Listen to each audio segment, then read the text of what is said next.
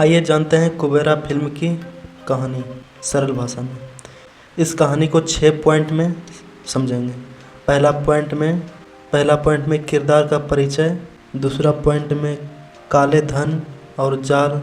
तो पहला पॉइंट में 4 पॉइंट आ जाता है, उसको पहले कवर करते हैं। धनुष, देवा, रस्में, भिखारी, ये तीनों एक ही है, समझ के चलना है। कहानी की शुरुआत मुंबई की धारावी जैसे किसी झुग्गी झोपड़ी में रहने वाले देवा या धनुष से होती है। वह एक सामान्य भिखारी नहीं है, बल्कि वह बहुत चालाक और शांत स्वभाव का है, जो अपनी गरीबी के पीछे कोई गहरा रहस्य छुपाए हुए है। उसे समाज द्वारा उपेक्षित समझा जाता है, लेकिन वह बहुत बड़ा खेल का प्यादा या मास्टरमाइंड हो सकता है।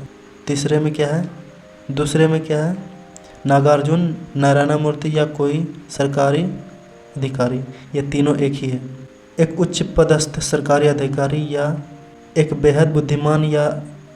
बेहद बुद्धिमान और नैतिक रूप से भ्रष्ट चार्टर्ड अकाउंटेंट नारायण मूर्ति परिचय होता है। वह अभिजात वर्ग के काले धन और भ्रष्टाचार से तंग आ चुका है, या शायद खुद अपनी कुछ गुप्त महत्वाकांक्षाओं और जरूरतों को पूरा करने के लिए पैसे की तलाश में है। नंबर 3 में रश्मिका मंदाना है। प्रेम प्रसंग, अहम किरदार। रश्मिका का किरदार देवा के जीवन में प्रेम, प्रेरणा या किसी महत्वपूर्ण घटना के रूप में प्रवेश करता है। वह कहानी में भावनात्मक गहराई जोड़ता है और देवा के चरित्र को मानवीय बनाता है। चौथा नंबर में विलन का आता है, जिसका नाम है जिम सर्व या खलनायक या पावर ब्रोकर।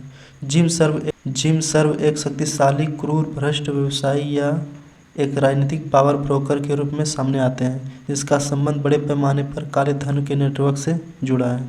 अब आते हैं नंबर 2 पे, काले धन का जाल और देवा का प्रवेश। नारायण मूर्ति या नागार्जुन भ्रष्ट राजनेताओं और उद्योगपतियों के काले धन के नेटवर्क से अच्छी तरह वाकिफ है। वह इस काले धन को निशाना बनाने या उसे वैध बनाने का एक अनोखा तरीका खोजता है। वह भिखारियों या समाज के सबसे निचले तबके के लोगों को इस्तेमाल करके स्विस बैंकों में गुप्त खाते खुलवाने या काले धन को ठिकाने लगाने की एक जटिल योजना बनाता है। देवा इस योजना का महत्वपूर्ण हिस्सा बनता है।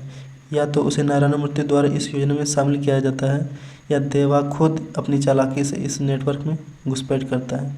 देवा अपनी भिखारी की पहचान का उपयोग करके बड़े पैमाने पर काले धन को इकट्ठा करने या उसे एक सुरक्षित स्थान पर ले जाने में सफल होता है। अब नंबर 3 पे आते हैं, देवा या धनुष का गायब होना और हंगामा होना। अचानक देवा भारी मात्रा में काले धन के साथ गायब हो जाता है। यह गायब होना जानबूझकर हो सकता है, जहां वह इस पैसे को चुरा कर अपने लिए इस्तेमाल करना चाहता हो, या उसे किसी बड़ी शक्ति द्वारा फंसाया गया है। देवा के गायब होने से राजनीतिक और वित्तीय गलियारों में हड़कंप मच जाता है। जिन लोगों का पैसा था, जिम सर्व और उसके सहयोगी, वे उसे ढूंढने के लिए बेताब हो जाते हैं।